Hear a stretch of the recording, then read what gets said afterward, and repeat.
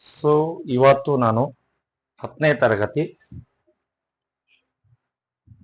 13th chapter statistics ಅನ್ನ ಮಾಡ್ತಾ ಇದ್ದೀನಿ.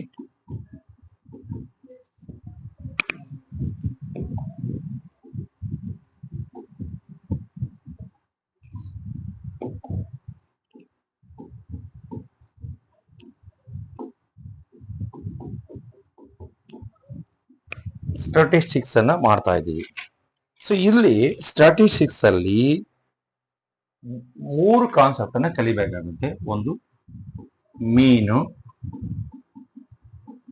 ಇನ್ನೊಂದು ಮೀಡಿಯನ್ನು, ಇನ್ನೊಂದು ಮೋಡ್. ಸೊ ನಾವೀಗ ಫಸ್ಟ್ ಹೋಗೋದು ಯಾವುದಕ್ಕೆ? ಮೀನನ್ನ. ಈ ಮೀನಲ್ಲಿ there are 3 methods. Same problem, find the mean ಅಂತ ಕೇಳ್ತಾರೆ. ಅಲ್ಲಿ 3 ಮೆಥಡ್ ಸಾಲ್ವ್ ಮಾಡ್ತೀವಿ. ಒಂದು ಡೈರೆಕ್ಟ್, ಇನ್ನೊಂದು ಅಸ್ಯೂಮ್ಡ್ ಮೀನ್ ಅಂತ ಕರಿತೀವಿ,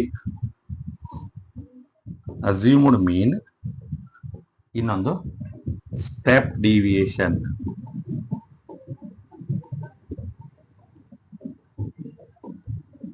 ಈ 3 ಮೆಥಡ್ ಅಲ್ಲಿ ನಾವು ಕಂಡಿಡಿದಾಗ ಮೀನು ಸೇಮ್ ಬರುತ್ತೆ, ಡಿಫರೆನ್ಸ್ ಬರಲ್ಲ.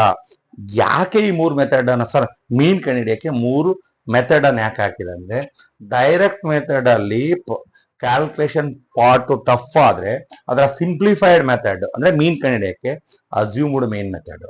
ಅದರಲ್ಲೂ ಸ್ವಲ್ಪ ಪ್ರಾಬ್ಲಮ್ ಆಯ್ತು ಅಂದ್ರೆ you can go for the step deviation method. So any doubts regarding this? So ಅರ್ಥ ಮಾಡ್ಕೊಳ್ರಿ, ಈ ಸ್ಟ್ಯಾಟಿಸ್ಟಿಕ್ಸ್ ಅಲ್ಲಿ 3 ಕಾನ್ಸೆಪ್ಟ್ ಅನ್ನ ಕಲಿತೀವಿ: ಮೀನ್, ಮೀಡಿಯನ್, ಮೋಡ್. ಮೀನನ್ನ 3 ಮೆಥಡ್ಸ್ ಅಲ್ಲಿ ಕಂಡುಹಿಡಿತೀವಿ. ಒಂದು ಡೈರೆಕ್ಟ್, ಒಂದು ಅಸ್ಯೂಮ್ಡ್ ಮೀನ್, ಒಂದು ಸ್ಟೆಪ್ ಡಿವಿಯೇಷನ್ ಮೆಥಡ್. ಸೊ ಈಗ ಡೈರೆಕ್ಟ್ ಮೆಥಡ್ ಯಾಕೆ ಸರ್, ಅಸ್ಯೂಮ್ಡ್ ಮೀನ್ ಮೆಥಡ್ ಯಾಕೆ ಸರ್, ಸ್ಟೆಪ್ ಡಿವಿಯೇಷನ್ ಮೆಥಡ್ ಯಾಕೆ ಅಂತ ನಿಮ್ ತಲೆ ಒಳಗೆ ಒಂದಿಷ್ಟು ಹುಳ ಬರುತ್ತೆ. ಒಂದೇ ಪ್ರಾಬ್ಲಮ್ 3 ತರ ಯಾಕೆ ಸಾಲ್ವ್ ಮಾಡ್ಬೇಕು ಸರ್, ನಮಗೆ ಡೈರೆಕ್ಟ್ ಆಗಿ ಒಂದೇ ಮೆಥಡ್ ಹೇಳ್ಕೊಡ್ರಿ ಸರ್ ಅಂತ ಬರ್ಬೋದು. ಸೊ ಡೈರೆಕ್ಟ್ ಮೆಥಡ್ ಯಾವ ಬಳಸ್ತು ಅಂದ್ರೆ, when the calculation part is very easy you can go for the direct. When the calculation part is difficult, ಸ್ವಲ್ಪ ಡಿಫಿಕಲ್ಟ್ ಅಂದ್ರೆ you can go for assumed. ಇನ್ನ ಡಿಫಿಕಲ್ಟ್ ಆಗ್ತದೆ you can go for the step deviation method. So ನಾವು ಅಲ್ಲಿ solve the ಒಂದೇ problem ಅನ್ನು ತಗೊಂಡು ಅದನ್ನೇ ಡೈರೆಕ್ಟ್ ಮೆಥಡ್ ಅಲ್ಲಿ ಸಾಲ್ವ್ ಮಾಡ್ತೀನಿ, ಅಸ್ಯೂಮ್ಡ್ ಮೀನ್ ಮೆಥಡ್ ಅಲ್ಲಿ ಸಾಲ್ವ್ ಮಾಡ್ತೀನಿ, ಇನ್ನೊಂದು ಸ್ಟೆಪ್ ಡಿವಿಯೇಷನ್ ಮೆಥಡ್ ಅಲ್ಲಿ ಮಾಡ್ತೀನಿ. First method is direct method. So ಇಲ್ಲಿ ಮುಂದಿನ ನಿಮ್ಮ ಅಭ್ಯಾಸದ ಎಲ್ಲಾ ಪ್ರಶ್ನೆಗಳು either by assumed mean or step by deviation method ಅಲ್ಲೇ ಮಾಡ್ತೀವಿ. ಯಾಕಂದ್ರೆ ಕ್ಯಾಲ್ಕುಲೇಷನ್ ಪಾರ್ಟ್ ಟಫ್ ಆಗುತ್ತೆ. ಯಾಕಂದ್ರೆ ಡೆಸಿಮಲ್ ಪಾಯಿಂಟ್ಸ್ ಬಂದಾಗ ನಿಮಗೆ ಮಲ್ಟಿಪ್ಲೈ ಮಾಡೋದು ಕಷ್ಟ ಆಗುತ್ತೆ, ಅವಾಗ ಆ್ಯಡ್ ಮಾಡೋದು ಎಲ್ಲರೂ ಕಾನ್ಸೆಪ್ಟ್ ತಪ್ಪಾಗ್ಬೋದು ಅಂತ. ಅದಕ್ಕೆ ಇವೆರಡು ಮೆಥಡ್ ಅನ್ನ ಬಳಸ್ಕೊಂಡು ನಾವು ಪ್ರಾಬ್ಲಮ್ ಸಾಲ್ವ್ ಮಾಡೋದು. ಬಟ್ ನಿಮಗೆ ಗೊತ್ತಿರಬೇಕು, ಸೊ ನಾನು ಡೈರೆಕ್ಟ್ ಮೆಥಡ್ ಅಲ್ಲಿ ಎಷ್ಟೇ ಕಷ್ಟ ಆದ್ರೂ ನಾನು ಮಾಡ್ತೀನಿ ಅಂದ್ರೆ, ನಮಗೆ ಪರ್ಟಿಕ್ಯುಲರ್ ಎಕ್ಸಾಮ್ ಅಲ್ಲಿ direct method, assumed mean method, step deviation method ಅಂತ ಎಲ್ಲೂ ಹೇಳಲ್ಲ. ಇದು ತಲೆ ಒಳಗಿರ್ಲಿ. ನಿಮಗೆ ಯಾವ್ದ capacity to do the problem by direct method, do it. But ಹೇಳ್ತೀನಿ, ಇವೆರಡನ್ನ ಬಳಸೋದ್ರಿಂದ ಈಸಿಯಾಗಿ ಪಟಾಪಟ್ ಮಾಡಾಕ್ಬಿಡ್ಬೋದು.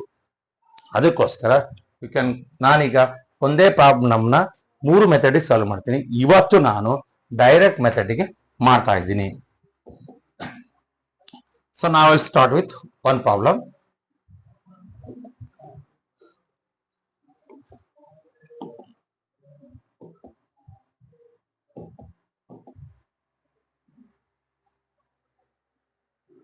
ಸೊ ನೋಡ್ರಿ, ಇಲ್ಲಿ class interval number of students is given. So ಇಲ್ಲಿ ಕ್ಲಾಸ್ ಇಷ್ಟು ನಿಮಗೆ ಪ್ರಾಬ್ಲಮ್ ಸಾಲ್ವ್ ಮಾಡಕ್ಕೆ ಕೊಡ್ತಾನೆ.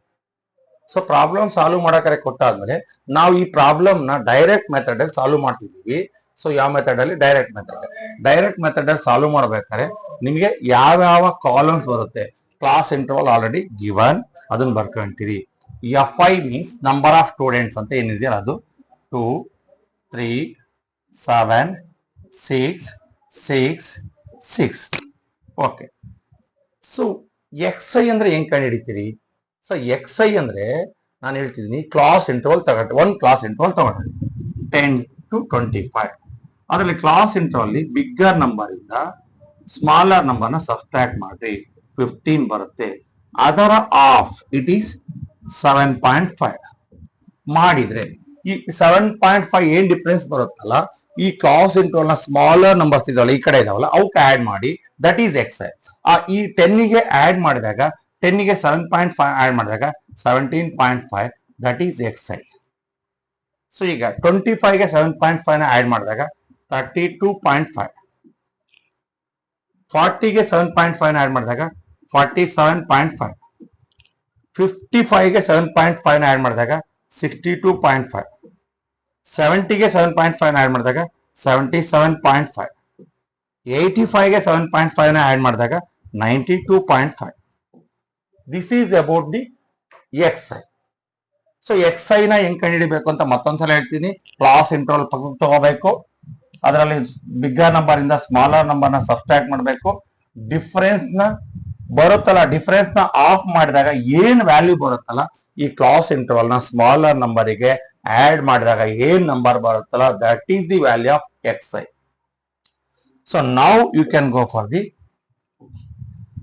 F i x i. F i x i means ಇವೆರಡು ಮಧ್ಯೆ ಪ್ಲಸ್ ಮೈನಸ್ ಇಲ್ಲ ಅಂದ್ರೆ ಇವೆರಡು ಮಧ್ಯೆ ಇಂಟು ಇದೆ, ಇವೆರಡನ್ನ ಮಲ್ಟಿಪ್ಲೈ ಮಾಡಬೇಕು. F i x i. So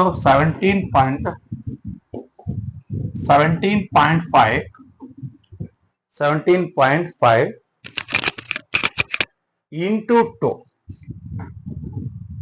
So ಈಗ 2 5s are 10. Okay, 2 7s are 14 plus 1 50.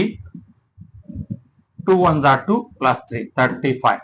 So 35.0. Next 32.5 into 3. So 3 5s are 15. 1 3 2s are 6 plus 1 7. 3 3s are 9. 97.5. Okay, 47.5 into 7. 7 5s are 35. Okay, 7 7s are 49 plus 3 52. 5 7 4s are 28 plus 5 33. 332.5. I will erase it. This is about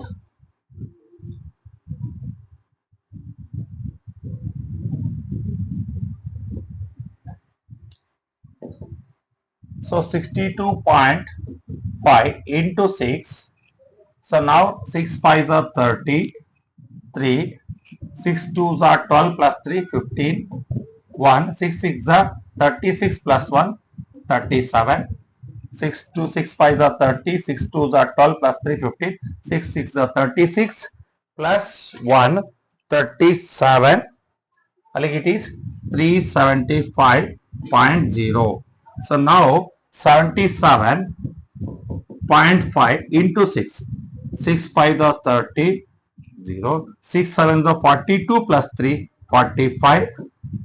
4 6 7s are 42 plus 4 46. 465.0. So now last one is 92.5 into 6. 6 5s are 33. 6 2s are 12 plus 3 15. Okay, 6 9s are 54 plus 1 55. 555.0. This is about the sigma xi xi. ಯಾರಿಗಾರ doubt ಇದ್ರೆ ಕಂಡಿಡಿ. X I ಹೆಂಗ್ ಕಂಡಿಡಬೇಕು ಅಂತ ಹೇಳಿದೀನಿ. ಇದರಿಂದ difference ಕಳಿಬೇಕು. ಆ difference ನ of ಏನ್ ಬರ್ತಾವಲ್ಲ ಎಲ್ಲ ಈ ನಂಬರ್ಸ್ಗೆ ಆಡ್ ಮಾಡಿದ್ರೆ ಬರೋದು x i. F i already is given. F i x i ಮಾಡಿದ್ರಿ, f i into x i ನ ಮಾಡಿದ್ರಿ, ಎಫ್ ಐ ಎಕ್ಸ್ ಐ ಬಂತು. So now you can go for the to calculate the mean. How you calculate the mean by direct method? This is the tabular column. What is the formula to calculate the mean by direct method? So here mean x bar is equal to sigma fi xi divided by sigma fi. So ಈಗ sigma fi xi ಅಂದ್ರೆ ಏನು? Sigma ಯಾವ್ದ್ರ ಪಕ್ಕ ಇದೆ? F i x I ಪಕ್ಕ ಇದೆ. ಅಂದ್ರೆ F i x i column ಅಲ್ಲಿ ಇರೋ ಎಲ್ಲ ನಂಬರ್ಸ್ ಅನ್ನ ಆಡ್ ಮಾಡಿದಾಗ ಟೋಟಲ್ ಏನ್ ಬರುತ್ತಲ್ಲ that is sigma f i x i. So ನಾನೀಗ ಏನ್ ಮಾಡ್ತೀನಿ, sigma f i x I ಬೇಕು ಅಂದ್ರೆ F i x i column ಅಲ್ಲಿ ಎಲ್ಲ ನಂಬರ್ಸ್ ಹಾಕ್ತೀನಿ. 5 + 5 10. ಓಕೆ, ಸೊ ಅಲ್ಲಿಗೆ remove 1 + 5 6 6 + 7 13 13 + 2 15 15 + 5 15 + 5 20 25 30. okay, 3 3 + 3 6 6 + 9 15 15 + 3 18 25 25 + 6 31 + 5 36. carry 3 again. E 3 na 3 + 3 6 6 + 3 9 9 + 4 3 + 3 6 6 + 3 9 9 + 13 + 5 18. this is sigma fi xi. So ಏನು f i x i column ಅಲ್ಲಿ ಎಲ್ಲ ನಂಬರ್ಸ್ ಅನ್ನ ಆಡ್ ಮಾಡಿದ್ರೆ ಏನ್ ಬರುತ್ತಲ್ಲ ಅದು sigma f i x i. So ನಾವು write sigma f i x i is 1860 divided by one more term is there. what is sigma fi? what is sigma fi means, ನಾನು ಹೇಳಿದ್ದೀನಿ ಯಾವುದ್ರ ಪಕ್ಕ ಸಿಗ್ಮಾ ಇದೆ ಆ ಕಾಲಮ್ ಅಲ್ಲಿ ಎಲ್ಲ numbers ಅನ್ನ ಆಡ್ ಮಾಡಿದ್ರೆ that is sigma f I. So ಈಗ ಎಫ್ ಐ ಕಾಲಮ್ ಅಲ್ಲಿ ಎಲ್ಲ ನಂಬರ್ಸ್ ನ ಆಡ್ ಮಾಡಬೇಕು. 2 + 3 5 5 + 7 12 12 + 2 18 18 + 6 24 + 6 is 30. this is sigma fi. so now write sigma fi is 30. 0 0 gets cancelled. 3 1s are 3 6s are 2. so x bar is 62. ನಿಮ್ ತಲೆ ಒಳಗಿರ್ಬೋದು sir ಮೀನನ್ನ 3 method ಅಲ್ಲಿ ಮಾಡ್ತಿದೀವಿ, 3 ಮೆಥಡ್ ಅಲ್ಲಿ ಮಾಡಿದಾಗ ಡೈರೆಕ್ಟ್ ಮೆಥಡ್ ಅಲ್ಲಿ ಮಾಡಿದಾಗಲೇ ಮೀನ್ ಬೇರೆ ಬರುತ್ತೋ, ಅಸ್ಯೂಮ್ಡ್ ಮೀನ್ ಮೆಥಡ್ ಅಲ್ಲಿ ಮಾಡಿದಾಗ ಮೀನ್ ಬೇರೆ ಬರುತ್ತೋ, ಸ್ಟೆಪ್ ಡಿವಿಷನ್ ಮಾಡಿದಾಗ ಮೀನ್ ಡಿಫರೆನ್ಸ್ ಬರುತ್ತೆ? ಇಲ್ಲ, ಆಲ್ ದ ಮೆಥಡ್ಸ್ ಅಲ್ಲಿ ಅಂದ್ರೆ ಆ 3 ಮೆಥಡ್ ಅಲ್ಲಿ ಮಾಡಿದ್ರೆ ಮೀನ್ ವ್ಯಾಲ್ಯೂ ಇಸ್ ಸೇಮ್ ಆಯ್ತಲ್ಲ.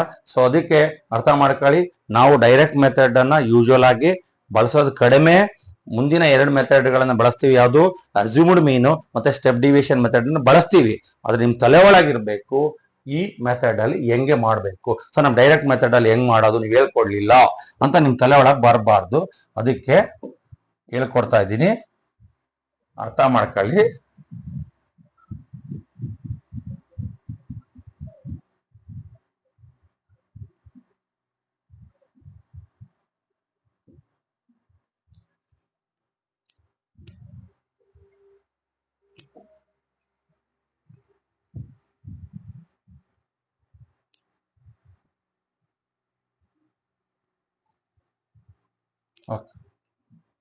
So this is the calculation part. ನೆನ್ಪಿಟ್ಕೊಳ್ಳಿ ಡೈರೆಕ್ಟ್ ಮೆಥಡ್ ಅಲ್ಲಿ ಹೆಂಗ್ ಮಾಡ್ಬೋದು.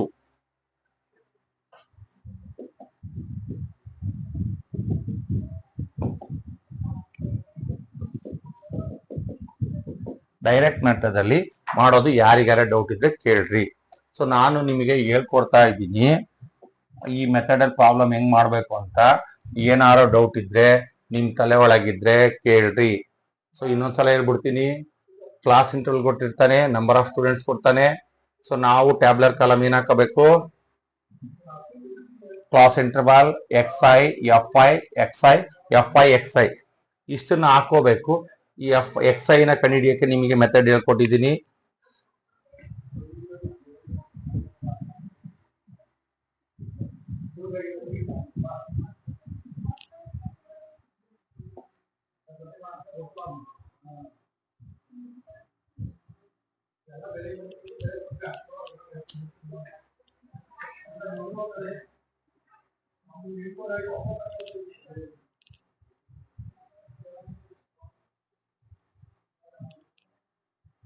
ಸೊ ಏನಾದ್ರು ಡೌಟ್ ಇದ್ರೆ ಕೇಳ್ರಿ.